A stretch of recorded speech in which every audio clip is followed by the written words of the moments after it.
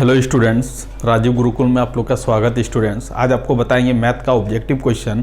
पिछले क्लासेस में 10 ऑब्जेक्टिव लिए थे स्टूडेंट, आज आप लोग को 10 ऑब्जेक्टिव बताएंगे। ये सब ऑब्जेक्टिव आपका प्रीवियस ईयर में पूछा गया है, तो ये सब ऑब्जेक्टिव का सॉल्यूशन आप कैसे करिएगा स्टूडेंट।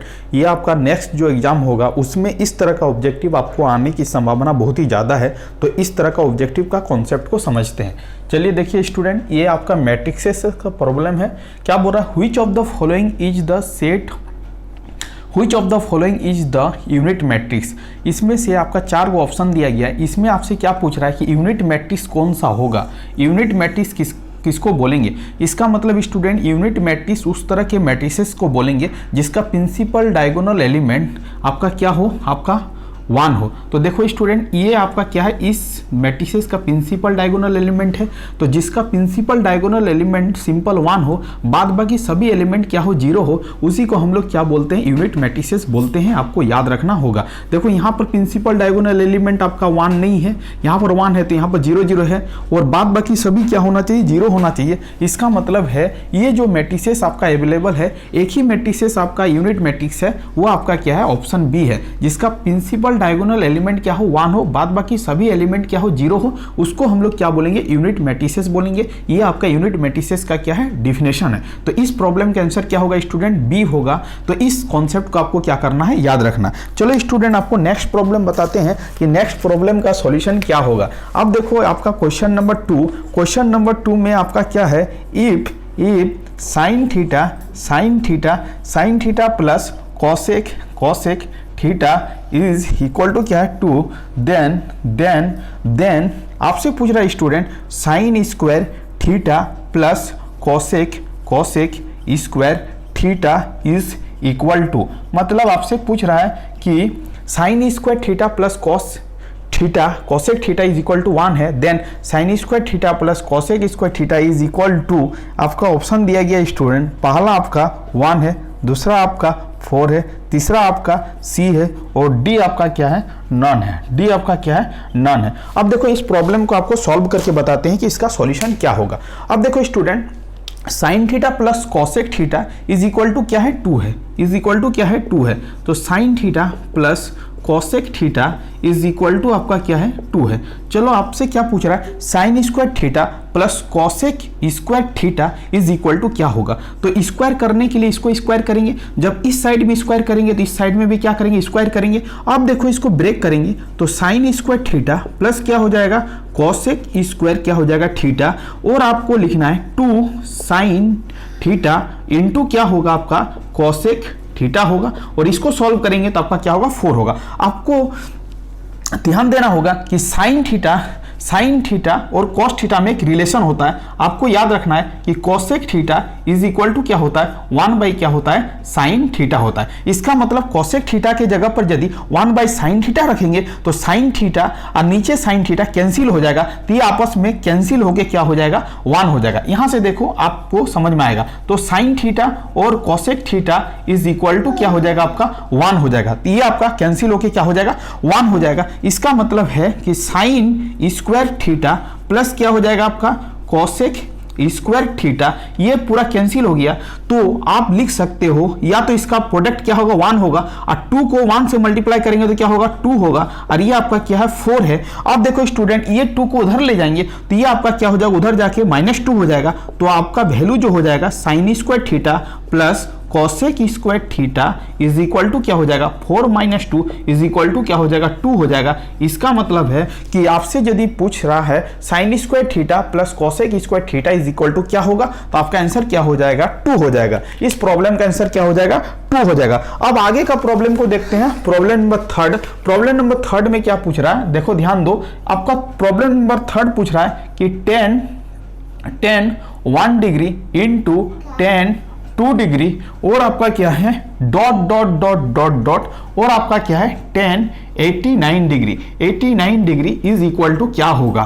तो पहला ऑप्शन आपका दिया गया है 2, दूसरा ऑप्शन दिया गया है आपका 1, सी ऑप्शन दिया गया है 2/3, और डी में आपका दिया गया नन। अब देखो इस चीज को समझते हैं कि इस प्रॉब्लम को कैसे बनाएंगे। अब देखो स्टूडेंट, यहाँ पर देखो, यहाँ पर आपका क्या है 1 डिग्री है, यहाँ पर आपका क्या है 1 डिग्री है, और यहाँ पर क्या है 89 डिग्री है। अब देखो इस 1 डिग्री को 89 डिग्री से ऐड करोगे तो आपको क्या मिलेगा 90 डिग्री मिलेगा। और आपको ये समझना है कि यदि कोई आपका 10a इंटू 10 बी रहे और ए और बी का सम यदि आपका 90 डिग्री हो जाए तो इसका वैल्यू क्या होता है आपका 1 होता है। इसका वैल्यू क्या होता है 1 होता है। यदि 10a इंटू 10b और ए और बी का सम यदि 90 डिग्री हो तो इस दोनों चीज का प्रोडक्ट का वैल्यू क्या होगा 1 होगा। दोनों चीज के प्रोडक्ट का वैल्यू क्या होगा 1 होगा। इसका मतलब है कि इसका प्रोडक्ट का वैल्यू 1 होगा और यहां पर आपका क्या होगा 10 क्या होगा 88 डिग्री होगा। तो 2 और 88 का आपस में क्या करेंगे पेयरिंग करेंगे, इसका भी वैल्यू क्या होगा 1 होगा। इसका मतलब आपका इसको जब हम लोग जोड़ा बना के हम लोग कॉन्सेप्ट लगाएंगे तो सबका वैल्यू क्या हो जाएगा 1 गुना 1 गुना 1 हो जाएगा।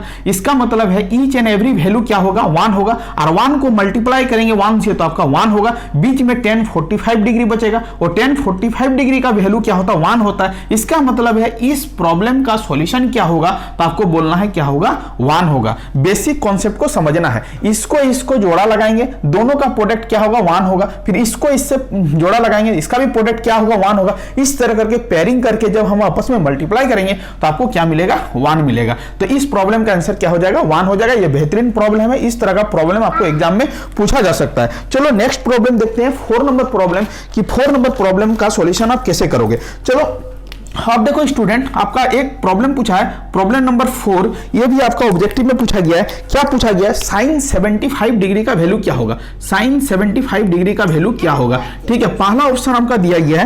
पहला ऑप्शन दिया गया आपका √3 प्लस क्या दिया गया 1 बाई क्या दिया गया 2√2 दिया गया। दूसरा ऑप्शन दिया गया है √3 माइनस 1 बाई क्या दिया गया 2√2 दिया गया। तीसरा ऑप्शन दिया गया आपका √2 प्लस 1 बाई क्या दिया गया 2√2 दिया गया। और डी ऑप्शन दिया गया आपका √2 माइनस 1 और बाई 2√2 दिया गया। अब मेरे को बताओ कि इस प्रॉब्लम का आंसर क्या होगा। पूछ रहा है कि साइन 75 डिग्री का वैल्यू क्या होगा। आपको डायरेक्ट तो पता नहीं है कि साइन 75 डिग्री का वैल्यू क्या होगा, तो आप साइन 75 डिग्री का वैल्यू निकालने के लिए एक बेसिक कॉन्सेप्ट लगाओगे। साइन 75 डिग्री को आप ब्रेक कर लोगे। कैसे ब्रेक करोगे तो देखो यहां पर आप लिखोगे क्या साइन 45 डिग्री और 30 डिग्री को ऐड करोगे तो आपको क्या मिल जाएगा बताओ। तो आपको 75 डिग्री मिल जाएगा। एक फॉर्मूला आपको पता होना चाहिए कि साइन a प्लस बी का जो फॉर्मूला होता है वो आपका क्या होता है साइन a इंटू क्या होता है कॉस बी प्लस क्या होगा कॉस ए इंटू क्या होगा साइन बी होगा। ये फॉर्मूला आपको याद रखना होगा। यदि ये फॉर्मूला पता है तो आप इस प्रॉब्लम को आराम से सॉल्व कर लोगे। अब देखो चीजों को समझो, इसको ब्रेक करते हैं इस फॉर्मूला से। तो क्या हो जाएगा साइन क्या हो जाएगा 45 डिग्री हो जाएगा, कॉस क्या हो जाएगा 30 डिग्री हो जाएगा, प्लस क्या हो जाएगा आपका कॉस क्या हो जाएगा 45 डिग्री हो जाएगा और साइन क्या हो जाएगा आपका 30 डिग्री हो जाएगा। ठीक है, अब देखो इस फॉर्मूले में हम लोग क्या किया इसको ब्रेक कर लिए। अब बताओ आप कि साइन 45 डिग्री का वैल्यू क्या होगा तो 1/√2 होगा। कॉस 30 डिग्री का वैल्यू क्या होगा तो आप बोलोगे कि सर √3/2 होगा। फिर आप बताओगे कि कॉस 45 डिग्री का वैल्यू क्या होगा 1/√2 होगा। साइन 30 डिग्री का वैल्यू क्या होगा 1/2 होगा। इसको जब सॉल्व करोगे तो √3 प्लस 1 बाई क्या हो जाएगा 2√2 हो जाएगा। इसको जब सॉल्व करोगे तो आपको मिलेगा, क्योंकि नीचे में मल्टीप्लाई करोगे तो 2√2 होगा, यहां पर भी 2√2 होगा, एलसीएम लोगे तो 2√2 होगा, यहां पर आपका √3 होगा, यहां पर आपका 1 होगा। इसका मतलब है साइन 75 डिग्री का जो वैल्यू होगा वो आपका क्या होगा √3 प्लस 1 बाई क्या होगा 2√2 होगा। ये इस प्रॉब्लम का क्या होगा आंसर होगा 4 नंबर का। चलो आगे का प्रॉब्लम देखते हैं। आगे का प्रॉब्लम को आप कैसे सॉल्विंग करोगे। ठीक है, ये आपका 4 वो ऑब्जेक्टिव था।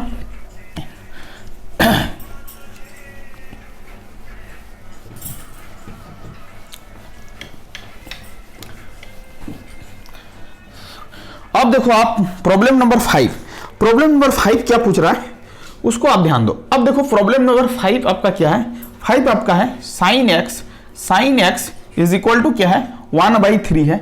देन आपसे पूछ रहा है कि साइन 3x का वैल्यू क्या होगा। साइन 3x का वैल्यू क्या होगा। तो पहला ऑप्शन आपका क्या है 1 है, दूसरा ऑप्शन आपका क्या है 1/9 है, सी नंबर में आपका क्या है 7/9 है, डी नंबर में आपका आंसर क्या है 23 बाई क्या है 27 है। अब देखो इस प्रॉब्लम को हम सॉल्विंग करते हैं, आप ध्यान दो, आपको पूरा समझ में आएगा, ठीक है। अब देखो साइन एक्स का वैल्यू क्या है, तो साइन एक्स का जो वैल्यू है आपका 1 बाई क्या है 3 है। अब देखो साइन 3x का एक फॉर्मूला होता है, यही फॉर्मूला को आपको क्या करना है, याद रखना है। यदि आप इस फॉर्मूले को याद रख सकते हो तो आपका प्रॉब्लम क्या हो जाएगा, बहुत ही जल्दी सॉल्व हो जाएगा। क्या हो जाएगा, 3 sign 3x is equal to क्या होगा, 3 sine x minus 4 sine cube x होगा। इसका मतलब साइन 3x का फॉर्मूला क्या होगा, 3 sine x minus 4 sine cube x होगा। यह फॉर्मूला आपको याद रखना है। यदि आप इस फॉर्मूले को याद रख पाओगे तो आप प्रॉब्लम को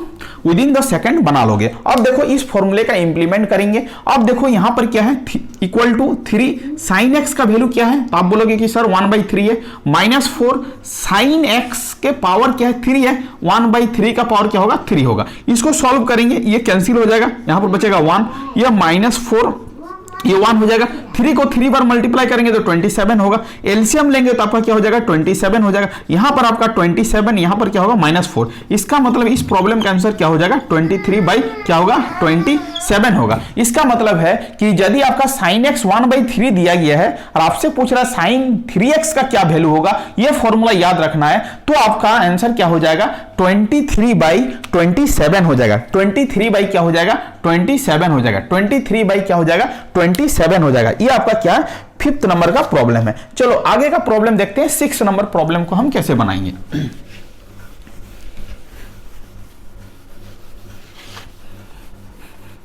अब देखो 6 नंबर प्रॉब्लम क्या पूछ रहा है। अब देखो student problem number 6, problem number 6 क्या बोल रहा है, देखो एक प्रॉब्लम दिया गया है आपका, if tan inverse x is equal to π/4 minus क्या दिया गया है tan inverse 1/3 then x is equal to क्या होगा। पहला ऑप्शन है आपका 1/2, दूसरा ऑप्शन है आपका 1/4, सी नंबर में आपका है 1/6 और डी नंबर में आपका क्या है नन है, ठीक है। अब देखो इस प्रॉब्लम को कैसे आप सॉल्विंग करोगे, ये भी आपका प्रीवियस ईयर में ये प्रॉब्लम पूछा गया है। चलो देखो ध्यान दो। अब देखो यहां पर क्या है tan इनवर्स x, इस चीज को इधर लाएंगे तो प्लस हो जाएगा, tan इनवर्स क्या हो जाएगा 1/3 हो जाएगा। यहां पर क्या है π/4 है। एक बेसिक फॉर्मूला याद रखना होगा, तभी जाके ये प्रॉब्लम क्या होगा सॉल्विंग होगा, ठीक है। क्या फॉर्मूला है, उस फॉर्मूला को पहले लिखो, tan inverse a plus tan inverse b is equal to होता है tan inverse a plus b dividing by 1 minus a into b होता है। इसको आपको याद रखना होगा, तभी जाके क्या कर सकते हैं प्रॉब्लम को बना सकते हो। tan inverse a plus tan inverse b is equal to क्या होता है tan inverse bracket a plus b dividing by a 1 minus a into b। चलो इस फॉर्मूले का इंप्लीमेंट यहां पर करेंगे। अब देखो क्या फॉर्मूला हो जाएगा, तो tan इनवर्स हो जाएगा tan inverse a plus b, a के जगह पर x है, b के जगह पर क्या है 1/3 है, क्या है 1/3 है, dividing by 1 minus a into b, x into 1 क्या होगा 3 होगा, 1 क्या होगा 3 होगा, इज इक्वल टू क्या हो जाएगा बताओ π/4 होगा, ठीक है। x प्लस 1 क्या होगा 3 होगा, इसको सॉल्व करोगे तो 1 माइनस x बाई क्या होगा 3 होगा। ये इनवर्स उधर जाएगा तो tan π क्या होगा 4 होगा, tan π क्या होगा 4 होगा, और tan π/4 का वैल्यू क्या होगा 1 होगा। π/4 का मतलब होता है 45 डिग्री, tan 45 डिग्री का वैल्यू क्या होगा 1 होगा। चलो अब इसको सॉल्व करते हैं तो क्या मिलेगा 3x प्लस क्या हो जाएगा 1, ये आपका 3 हो जाएगा, ये 3 को ले जाएंगे ऊपर तो ऊपर चला जाएगा, यहाँ पर 3 माइनस क्या होगा x होगा, ये आपका कैंसिल हो गया। यहाँ पर आपका tan π/4 का वैल्यू क्या होगा 1 होगा। अब देखो 3x प्लस 1 बाई क्या होगा 3 minus x is equal to 1। यहां देखो 3x प्लस 1 क्रॉस मल्टीप्लीकेशन करेंगे तो 3 माइनस x होगा, इसको इधर लाएंगे तो 3x, ये माइनस इधर आएगा तो प्लस होगा, ये 3 है ये 1 उधर जाएगा तो माइनस होगा, ये आपका क्या होगा 4x is equal to 2, x equal to क्या होगा 2 बाई क्या होगा 4 होगा। इसको कैंसिल करेंगे तो आपका सॉल्यूशन क्या होगा 1/2 होगा। इसका मतलब है इस प्रॉब्लम का आंसर क्या हो जाएगा आपका 1 बाई क्या होगा 2 होगा, 1 बाई क्या होगा 2 होगा। इस तरह करके हम लोग क्या करेंगे, इस प्रॉब्लम को क्या करेंगे, सॉल्विंग करेंगे। तो बशर्ते आपको बेसिक फॉर्मूला पता होना चाहिए, tan inverse a plus tan inverse b is equal to tan inverse bracket a plus b dividing by 1 minus a into क्या होता है, b होता है। इस फॉर्मूले का इंप्लीमेंट यहां पर करेंगे, प्रॉपर ढंग से सॉल्व करेंगे, आपका आंसर हो जाएगा x is equal to 1 by क्या होगा, 2 होगा। x इज इक्वल टू क्या होगा, 1 बाई 2 होगा। ये आपका क्या है, 6 नंबर का ऑब्जेक्टिव है। चलो आप 7 नंबर प्रॉब्लम में देखते हैं कि 7 नंबर का प्रॉब्लम क्या है। अब देखो 7 नंबर प्रॉब्लम को देखते हैं कि 7 नंबर प्रॉब्लम क्या पूछ रहा है। अब देखो स्टूडेंट, एक 7 नंबर प्रॉब्लम है। 7 नंबर प्रॉब्लम क्या बोल रहा है कि for which of the conic section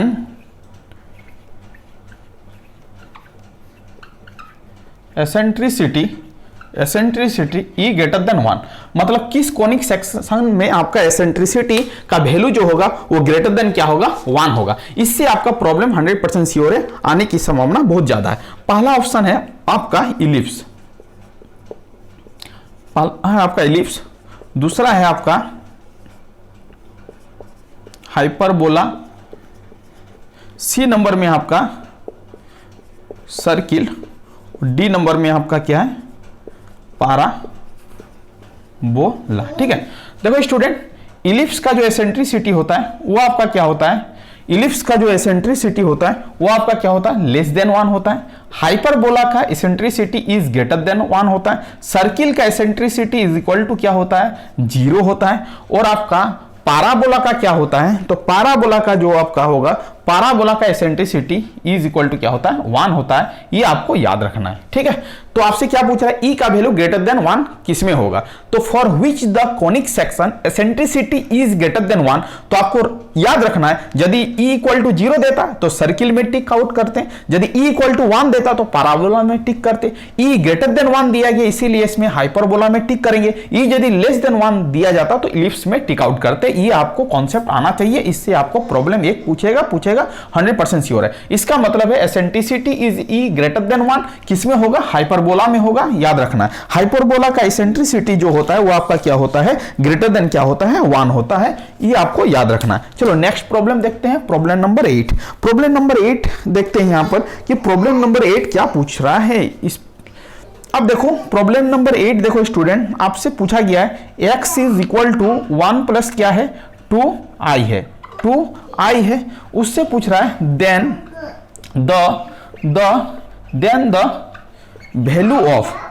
the value of x square minus 2x plus 5 is equal to क्या होगा।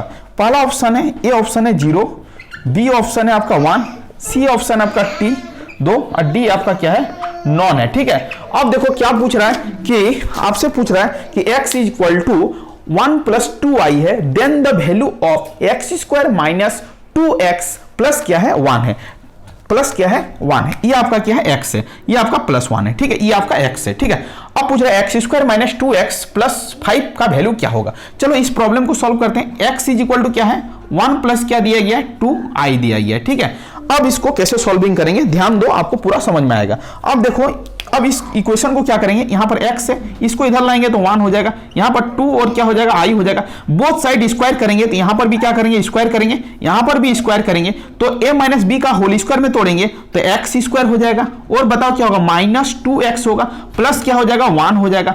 इसको सॉल्व करेंगे तो 4 और क्या होगा, i स्क्वायर होगा। एक कॉन्सेप्ट आपको आना चाहिए कि i स्क्वायर का जो वैल्यू होता है वो आपका क्या होता है, -1 होता है। i स्क्वायर का वैल्यू क्या होता है, -1 होता है। इस वैल्यू को यहां पर पुट अप करेंगे, आपका प्रॉब्लम सॉल्व हो जाएगा। अब देखो ये आपका x स्क्वायर है, ये आपका 2x है, प्लस क्या हो जाएगा, 1 हो जाएगा, ये 4 है। i स्क्वायर का वैल्यू क्या होता है, -1 होता है। अब देखो ये आपका x स्क्वायर है, ये आपका क्या होगा, 2x होगा, ये आपका प्लस है, यहां पर इससे मल्टीप्लाई करेंगे तो -4 होगा, -4 को इधर लाएंगे तो क्या होगा, +4 होगा, इधर क्या बचेगा, 0 बचेगा। इसको हम लोग सॉल्व करेंगे तो आपको क्या मिलेगा, अभी बताओ, तो x square minus 2x plus 5 is equal to क्या हो जाएगा, 0 हो जाएगा। इसका मतलब x square minus 2x plus 5 is equal to क्या हो जाएगा, 0 हो जाएगा। इसी चीज का वैल्यू पूछ रहा है कि x² माइनस 2x प्लस 5 का वैल्यू क्या होगा, तो आपको क्या बोलना है, इस प्रॉब्लम का आंसर क्या हो जाएगा आपका 0 हो जाएगा। तो आपको क्या करना, बेसिक कॉन्सेप्ट से क्या करना, प्रॉब्लम को सॉल्विंग करना है। तो आपको क्या चीज याद रखना है, यहां पर एक चीज याद रखना कि i² का जो वैल्यू होगा वो आपका क्या होगा, -1 के बराबर होगा। बस प्रॉब्लम क्या है, बहुत ईजी है, 1 सेकंड में प्रॉब्लम सॉल्विंग हो जाएगा। चलो नेक्स्ट प्रॉब्लम देखते हैं। नेक्स्ट प्रॉब्लम आपका क्या है उसको ध्यान देते हैं। अब देखो ये प्रॉब्लम नंबर 8 है। अब हम लोग बताते हैं आपको प्रॉब्लम नंबर 9। प्रॉब्लम नंबर 9 आपसे क्या पूछ रहा है, ठीक है। प्रॉब्लम नंबर 9 आपसे क्या पूछ रहा है उसको आप ध्यान दो। अब देखो एक प्रॉब्लम पूछ रहा है, प्रॉब्लम नंबर 9 क्या है, प्रॉब्लम नंबर 9 क्या है उसको आप ध्यान दो। 9 आपका क्या पूछ रहा है, the number of turns, the number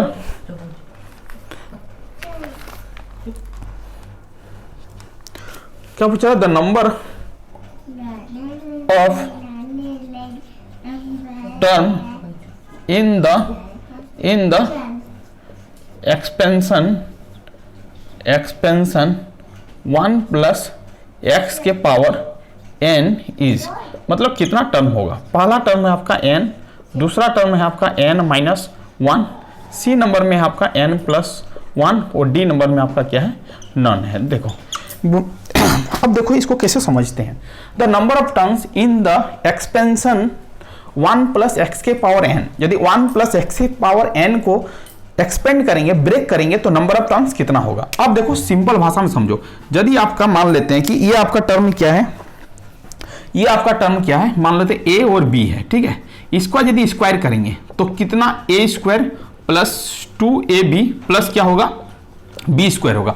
यहां पर कितना टर्म्स है, 2 टर्म है, 2 टर्म का स्क्वायर कर रहे हैं, उसको ब्रेक कर रहे हैं तो कितना टर्म्स मिल रहा है, 3 टर्म्स मिल रहा है। इसका मतलब है कि जब 2 टर्म को ब्रेक करेंगे स्क्वायर के फॉर्मेट में तो आपका कितना हो जाएगा, आपका यहां पर कितना टर्म मिलेगा, 3 टर्म मिलेगा। अब यदि 2 टर्म को हम क्यू के फॉर्मेट में तोड़ेंगे तो मेरे को कितना टर्म मिलेगा, तो क्या होगा, AQ होगा प्लस क्या होगा 3a² b प्लस क्या होगा 3ab² होगा प्लस क्या होगा आपका b³ होगा। जब यहां पर 3 रहा पावर तो टर्म की संख्या कितना हो जा रहा है, जब यहां पर 2 है तो यहां पर 3 हो रहा है, जब यहां पर 3 है तो यहां पर कितना हो रहा है, 4 हो रहा है। जब 4 रहेगा तो टर्म कितना होगा, 5। जब यहां पर n रहेगा तो नंबर ऑफ टर्म्स कितना हो जाएगा, n प्लस क्या हो जाएगा, 1 हो जाएगा। इसका मतलब है 1 प्लस x के पावर n को जब ब्रेक करेंगे तो नंबर ऑफ टर्म्स कितने मिलेंगे आपको, तो नंबर ऑफ टर्म्स जो होगा n प्लस क्या होगा, 1 होगा। जितना पावर रहेगा उससे क्या होगा, एक ज्यादा होगा। जैसे यहां पर 2 पावर था तो आपको कितना मिला, 3 मिला। यहां पर 3 पावर है तो आपको कितना मिला, 4 मिला।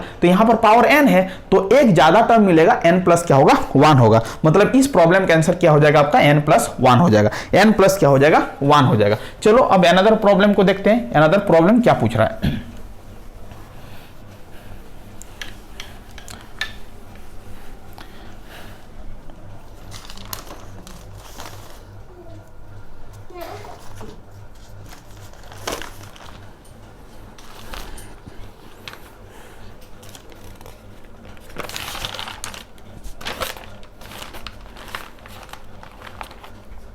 अनदर प्रॉब्लम है आपका 10 नंबर प्रॉब्लम है।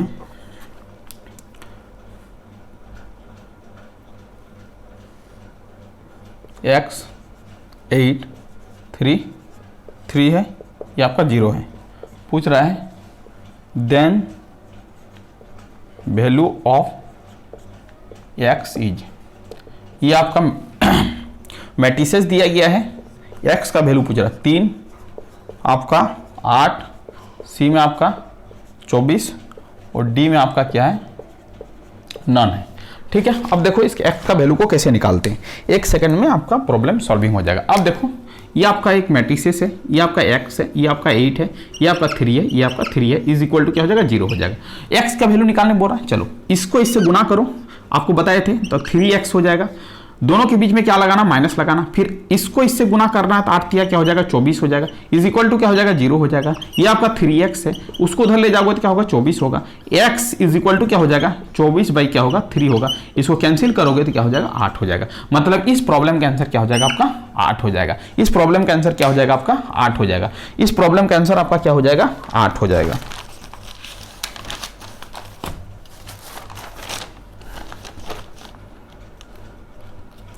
चलो अनदर प्रॉब्लम देखते हैं।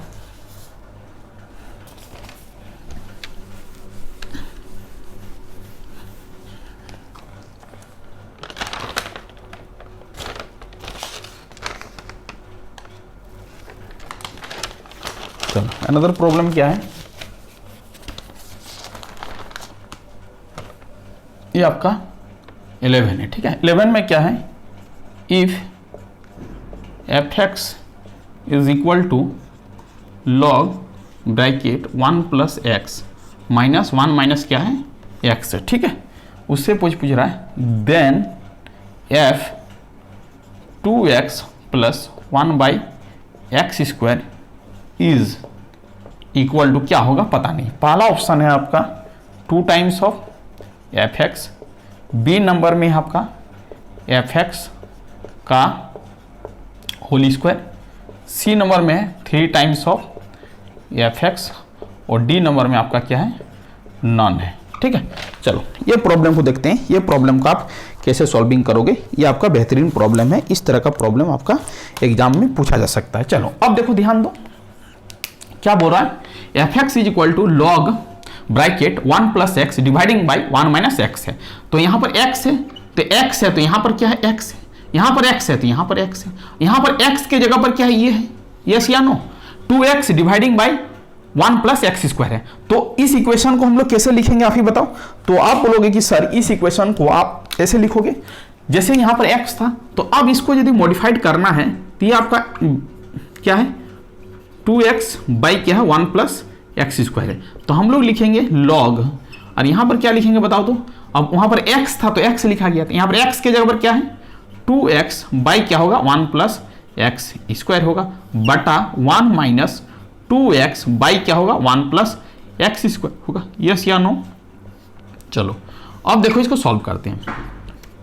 लॉग है, ठीक है, एलसीएम लेंगे तो क्या हो जाएगा 1 प्लस एक्स स्क्वायर होगा, तो ये 1 प्लस एक्स स्क्वायर प्लस क्या हो जाएगा 2x और बटा क्या हो जाएगा 1 प्लस एक्स स्क्वायर हो जाएगा, ठीक है। इसको सॉल्व करेंगे तो ये ऊपर चला जाएगा 1 प्लस एक्स स्क्वायर हो जाएगा, यहाँ पर क्या होगा 1 प्लस एक्स स्क्वायर माइनस क्या होगा 2x होगा, यस या नो। ये आपका कैंसिल हो गया।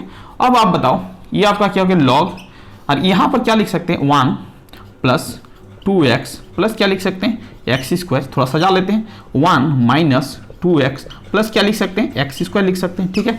अब देखो इसको लॉग लिखते हैं। अब देखो यहाँ पर कुछ फॉर्मूला आ जाएगा, 1 प्लस एक्स का क्या हो जाएगा होल स्क्वायर हो जाएगा, ये आपका क्या हो जाएगा 1 माइनस एक्स का क्या हो जाएगा होल स्क्वायर हो जाएगा, ठीक है।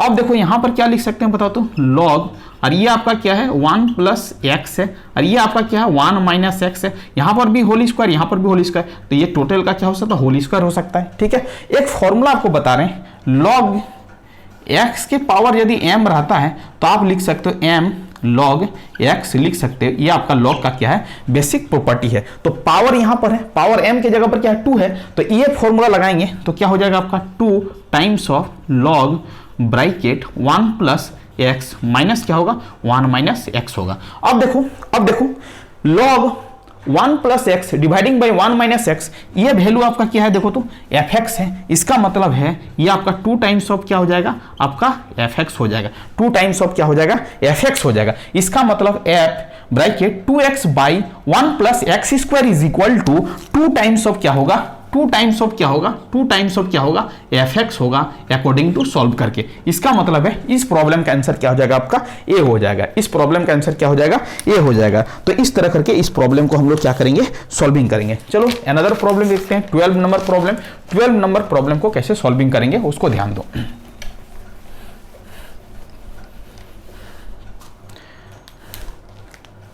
अब देखो 12 नंबर प्रॉब्लम क्या है, क्या बोल रहा है if a x square plus b y plus 2h x y plus 2g x plus 2f y plus c is equal to 0। अब बोल रहा है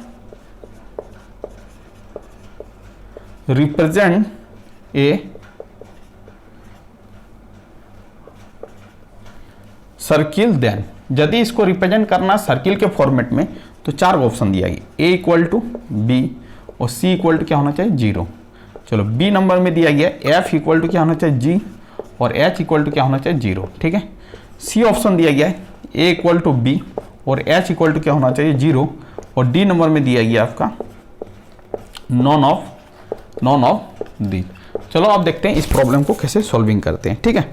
चलो इस प्रॉब्लम को कैसे सॉल्विंग करते हैं। क्या है ये आपका इक्वेशन है, क्या है a एक्स स्क्वायर प्लस क्या है आपका b वाई स्क्वायर प्लस क्या है 2h एक्स वाई प्लस क्या है 2gx प्लस क्या है 2f y प्लस c होता है, ठीक है। अब देखो यदि आपको इक्वेशन लिखना है सर्किल का, तो एक स्टैंडर्ड इक्वेशन होता है सर्किल का x square plus y square plus 2gx plus 2f y plus क्या होता है c इज इक्वल टू 0 होता है स्टैंडर्ड ऑफ द सर्किल, ठीक है। अब देखो ये आपका सर्किल का क्या है स्टैंडर्ड इक्वेशन है, ये सर्किल का क्या है आपका स्टैंडर्ड इक्वेशन है, ठीक है। तो यहां पर आपका सर्किल के इक्वेशन में h तो नहीं होता, इसका मतलब h का वैल्यू को क्या होना पड़ेगा 0 होना पड़ेगा। तो या तो ऑप्शन ये हो सकता है या तो ये हो सकता है, यस या नो।